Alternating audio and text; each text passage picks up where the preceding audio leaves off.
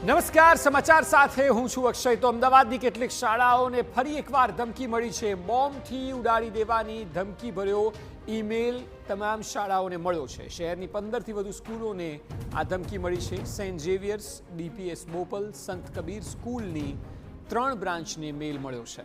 ગાટલોડિયાની કેલોરેક્સ અને સ્વયં સ્કૂલને પણ ધમકી મળી છે। વસ્ત્રાપુરની કેન્દ્રીય વિદ્યાલય, જીનીવા ઇન્ટરનેશનલ સ્કૂલને પણ આ ધમકી મળી છે। ઉસ્માનપુરાની ગાંધી ઇન્ટરનેશનલ સ્કૂલમાં પણ ધમકીથી દોડધામ મચી ગઈ છે। ધમકી બાદ સ્કૂલમાંથી બાળકોને છોડી મુકાયા છે। વાલીઓ સ્કૂલમાં આવી બાળકોને ઘરે લઈ જઈ રહ્યા છે। ધમકીભર્યો મેલ મળ્યા બાદ સ્કૂલમાં સઘન ચેકિંગ હાથ ધરાયું છે। સ્થાનિક police, SOG, dog squad, bomb squad દ્વારા ચેકિંગ સતત હાથ ધરવામાં આવી રહ્યું છે।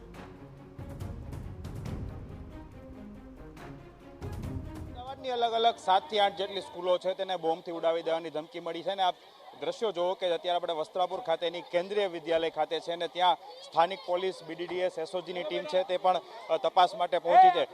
ખાસ કરીને સર, શું કહેશો, અલગ અલગ સ્કૂલોને મેલ મળ્યો છે બોમ્બથી ઉડાવી દેવાનો, કઈ પ્રમાણેની તપાસ? આજે વહેલી સવારે અમદાવાદમાં અલગ અલગ સ્કૂલોને જે મેલ મળેલ છે બોમ્બથી સ્કૂલોને ઉડાડી દેવા માટે, એમાં વસ્ત્રાપુર વિસ્તારની કેન્દ્રીય વિદ્યાલય તથા સંત કબીર સ્કૂલને મળેલ છે।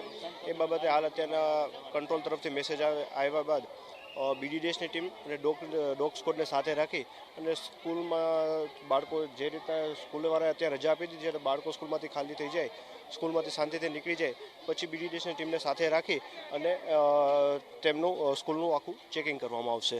કઈ સ્કૂલ તરફથી મેસેજ મળ્યો છે? કઈ પ્રમાણેનો મેલ હતો, શું ઉલ્લેખ હતો, એવું કંઈ?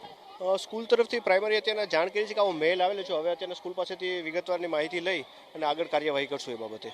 બિલકુલ, સ્થાનિક પોલીસની વાત હોય, એસઓજીની ટીમની વાત હોય, બીડીડીએસની ટીમની વાત હોય, અલગ અલગ ટીમો છે તેના દ્વારા તપાસ શરૂ કરવામાં આવી છે। ખાસ કરી અને જે સ્કૂલ પરિસર છે ત્યાં ખાલી કરી અને જે બાજુનું ગ્રાઉન્ડ છે ત્યાં બાળકોને બેસાડવામાં આવ્યા છે અને તેમના જે વેનના સંચાલકો હોય અથવા તો વાલીઓ હોય તેમને તાત્કાલિક તેમના બાળકોને અહીંથી લઈ જવા માટે છે મેસેજ કરવામાં આવ્યા છે। અને ભાગરૂપે જે વાલીઓ પણ છે તાત્કાલિક અહીં પહોંચી રહ્યા છે અને પોતાના બાળકોને સહી સલામત અહીંથી લઈ જવા અત્યારે પહોંચી રહ્યા છે। ખાસ કરી અને શહેરની અલગ અલગ જે 7 જેટલી સ્કૂલો છે, પ્રાથમિક માહિતી મુજબ તેમને મેલ મળ્યો હતો અને મેલમાં પણ ધમકીભર્યો મેલ હતો કે 1 ને 11 વાગે તેઓ બોમ્બથી ઉડાવી દેશે અને ખાસ કરીને 26મી જાન્યુઆરીએ કોઈ પણ સ્કૂલમાં તિરંગો ન ફરકાવવાનો પણ ઉલ્લેખ છે તે કરવામાં આવ્યો છે। કેમેરા પર્સન નિલેશ સાથે હરીન માત્રાવાડિયા, TV9 અમદાવાદ।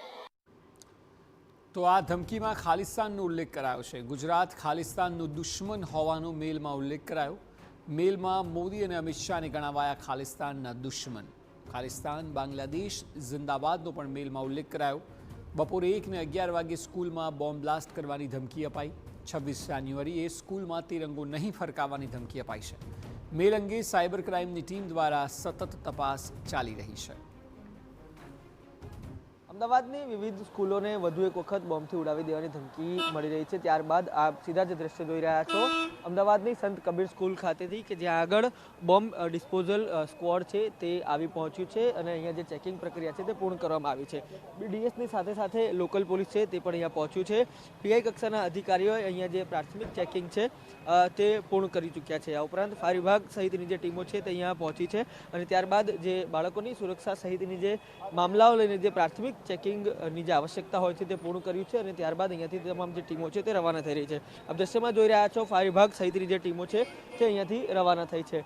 સંત કબીર સ્કૂલ આ ઉપરાંત જે સેન્ટ ઝેવિયર સ્કૂલ, આ તમામ શાળાઓને જે ધમકીભર્યો મેલ છે તે આપવામાં આવ્યો હતો અને 26 જાન્યુઆરીએ એટલે કે જે રાષ્ટ્રીય પર્વ હોય છે તે પર્વ ઉપર તિરંગો ન ફહેરાવવાની જે સૂચના છે તે ઈમેલમાં આપવામાં આવી હતી અને આ તમામ બાબતો બાદ જે ચેકિંગ સહિતની જે પ્રક્રિયાઓ હતી તે પૂર્ણ થઈ ચૂકી છે અને આ પ્રાથમિક ચેકિંગ બાદ પોલીસ સહિતની જે એજન્સીઓ છે તે અહીંયાથી રવાના થઈ રહી છે। કેમેરા પર્સન દીપક સેન સાથે રોનક વર્મા, TV9 અમદાવાદ। તો 15 જેટલી શાળાઓને ધમકી મળી છે બોમ્બથી ઉડાડી દેવાની। એ સિવાય 26મી તારીખે રાષ્ટ્રધ્વજ ન ફરકાવવાની પણ વાત કરવામાં આવી છે। કઈ કઈ સ્કૂલોને ધમકી મળી છે સતત અમે ટીવી સ્ક્રીન પર ચલાવી રહ્યા છીએ।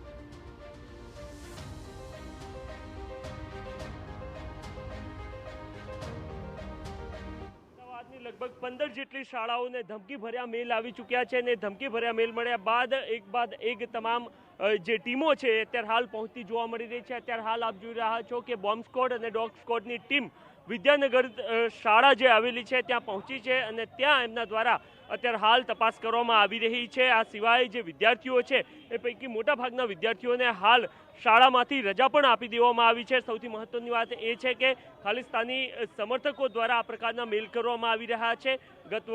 ગયા મહિને પણ આ પ્રકારના મેલ અમદાવાદની લગભગ 22 થી 25 જેટલી શાળાઓને મળ્યા હતા અને ત્યારબાદ એક પ્રકારનો અફરાતફરીનો માહોલ પણ બન્યો હતો અને આ વખતે ફરી એકવાર અત્યાર સુધીમાં લગભગ 15 જેટલી શાળાઓ સામે આવી ચૂકી છે કે જેને આ પ્રકારના ધમકીભર્યા મેલ મળ્યા હોય. આ પ્રકારના મેલમાં મોટા ભાગે એ પ્રકારનું જોવા મળતું હોય છે કે જે એમનો મોટિવ હોય છે એ તંત્રનું ધ્યાન ખેંચવા માટેનો હોય છે અને એ પ્રકારનો મોટિવ અત્યારે હાલની જે સ્થિતિ છે એમાં પણ જોવા મળી રહ્યો છે. હાલ શાળામાંથી કેટલાક વિદ્યાર્થીઓને રજા પણ આપવામાં આવી રહી છે. આપ જોઈ રહ્યા છો કે વિદ્યાર્થીઓને પણ નીચે લાવવામાં આવી રહ્યા છે. આ સિવાય પોલીસની ટીમ પણ અત્યારે હાલ અહીંયા પહોંચી ચૂકી છે અને વાલીઓ તેમજ વિદ્યાર્થીઓમાં પણ આ પ્રકારની સ્થિતિમાં ડરનો માહોલ બનતો હોય છે અને એ જ પ્રકારનો માહોલ આ શાળામાં પણ અત્યારે હાલ બનેલો જોવા મળી રહ્યો છે. અગાઉ પણ આપણે જોયું હતું કે ડાર્ક મેલ પરથી આ પ્રકારના ડાર્ક વેબસાઇટ પરથી આ પ્રકારના મેલ કરવામાં આવ્યા હોય અને એના કારણે તંત્ર એમના સુધી પહોંચી ના શક્યું હોય, પરંતુ આ હવે એક ફોર્મ્યુલા બનતી અથવા તો એક ટ્રેક બનતો જોવા મળી રહ્યો છે કે તંત્રનું ધ્યાન દોરવા માટે વારંવાર સૌથી પહેલો જે ટાર્ગેટ છે એ શાળાઓને બનાવવામાં આવે અને વધુ એકવાર આ જ રીતના અમદાવાદની શાળાઓને ટાર્ગેટ બનાવવામાં આવ્યો છે. તંત્રનું ધ્યાન એમની માંગ પર પહોંચે એના માટે શાળાઓનો ઉપયોગ થઈ રહ્યો છે અને આ સ્થિતિમાં બનતું એવું હોય છે કે શાળાના જે વિદ્યાર્થીઓ છે એમનું શૈક્ષણિક કાર્ય તો બગડતું જ હોય છે, સાથે સાથે તંત્ર અને શાળાના જે વિદ્યાર્થીઓ હોય એમના જે વાલીઓ હોય છે એમનામાં પણ અફરાતફરીનો માહોલ બનતો હોય છે અને એના જ કારણે એક ભયનું વાતાવરણ પણ એ બાળકોમાં જોવા મળતું હોય છે. હાલ મોટાભાગની શાળાઓમાં તપાસ પૂર્ણ થઈ ચૂકી છે અને એ જે તપાસ કરવામાં આવી છે એમાં અત્યાર સુધી કોઈ પણ પ્રકારની સંદિગ્ધ બાબતો જે તપાસ થઈ છે એમાં કંઈ પણ પ્રકારની જોવા નથી મળી. એના જ કારણે એક પ્રકારનો રાહતનો શ્વાસ મળેલો પણ જોવા મળી રહ્યો છે. કેમેરામેન નટવર પરમાર સાથે નરેન્દ્ર રાઠોડ, TV9 અમદાવાદ. ગુજરાતે ખાલિસ્તાનનો દુશ્મન હોવાની વાત મેલમાં કરાઈ છે. એ સિવાય ખાલિસ્તાન બાંગ્લાદેશ જિંદાબાદનો નારો પણ લગાવાયો છે. સ્કૂલોને કહેવામાં આવ્યું છે કે 26મી તારીખે ક્યાંય તિરંગો ફરકાવવો નહીં તો બાળકોના જીવને જોખમ સર્જાશે.